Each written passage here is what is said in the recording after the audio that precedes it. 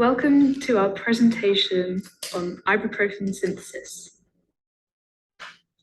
Ibuprofen is a common drug found in most pharmacies and drugstores. It is non-steroidal, it's a strong anti-inflammatory drug that is widely used throughout the world for its low cost and effectiveness of reducing pain and swelling. It was first discovered and synthesized by Dr. Stuart Adams in the 1960s and was initially used as a hangover cure. But after further research, it was found to have other useful properties. It was soon patented by the Boots company. Its metric name is 2,4-isobutyl phenylpropanoic acid. It contains a benzene ring and a carboxylic functional group, meaning that it can form hydrogen bonds easily due to the OH group.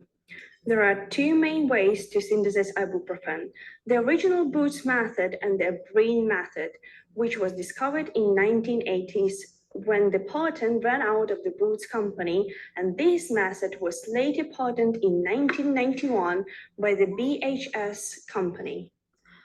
The BHS ibuprofen process was one of the earliest multiple awarded winning example of industrial green chemistry in the fine chemistry industry.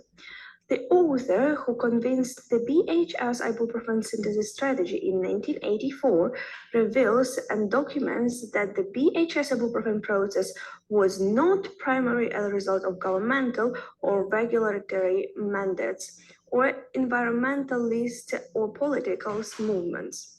The BHS ibuprofen process and probably many other early industry green innovations involved from their other development and commercializations, motivations, and guided by a long prior industrial culture of both scientific and technical evolution.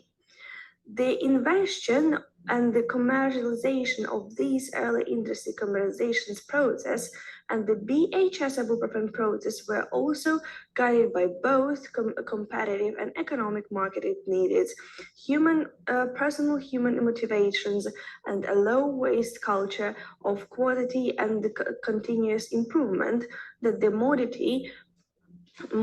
chemistry industry initially promoted in the 1980s.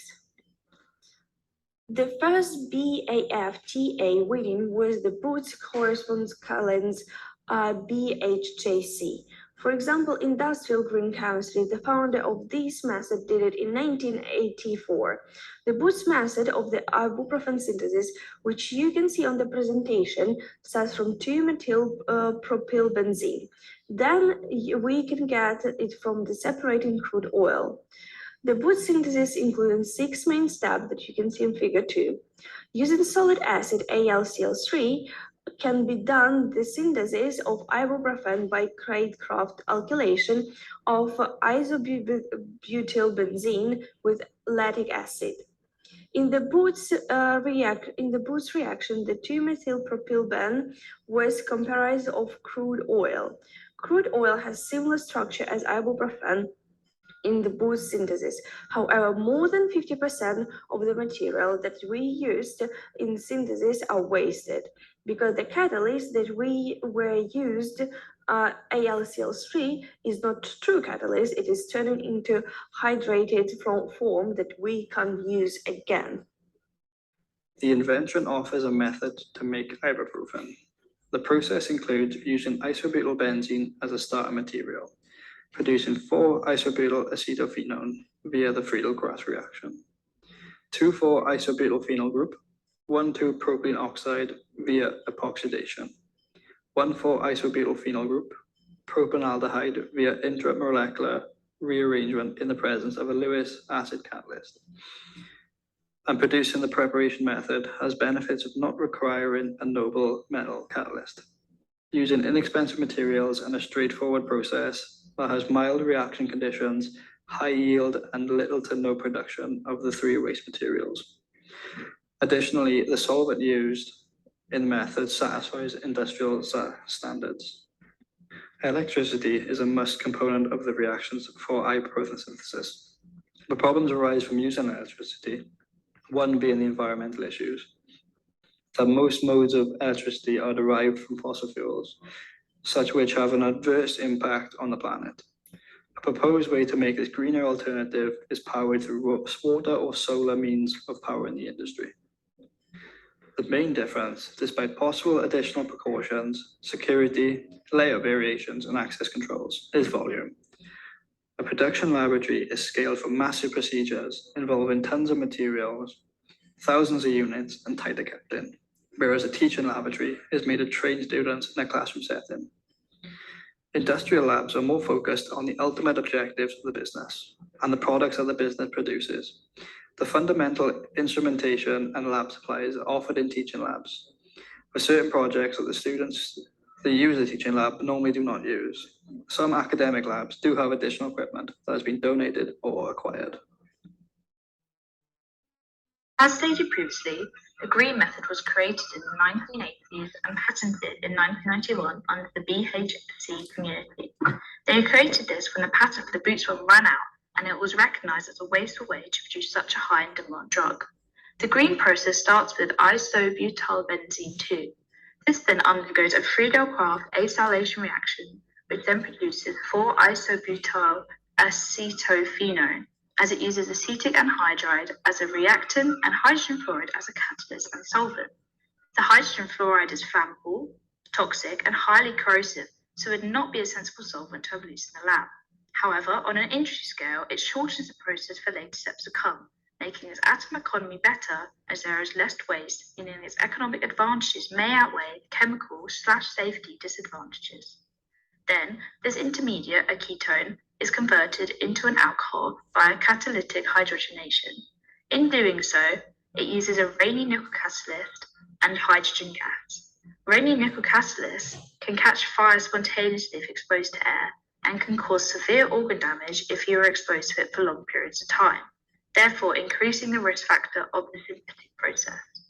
Then, finally, ibuprofen is produced from this aromatic alcohol via carbonylation using CO and a palladium catalyst. CO, aka carbon monoxide, is a well-known toxic gas. So again, if you were to try to synthesize this in the lab using this method, it would have to be done under strict safety rules, i.e. in fume cupboards, etc.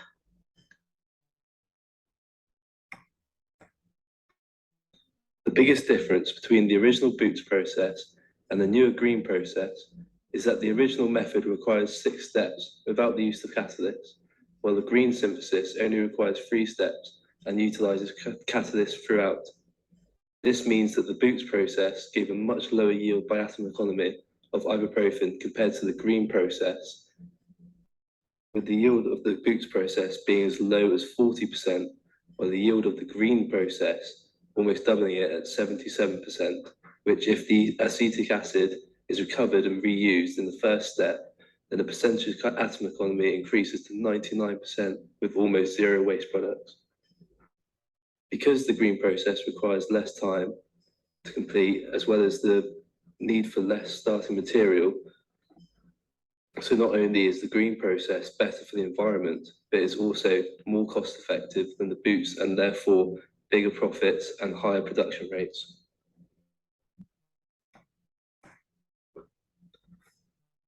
The green process uses catalysts that can easily be recovered and that are reused, furthermore reducing the waste produced by this version of the synthesis, while the Boots synthesis uses aluminium trichloride in excess amounts as a reagent, which creates large amounts of aluminium trichloride hydrate that cannot be recovered and ends up in landfill.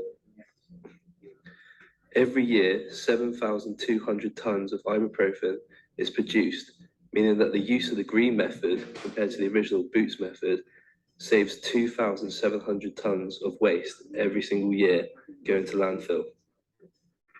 As a group, we found that the green method for the production of ibuprofen on an industrial scale is environmentally and economically superior to the original Boots method.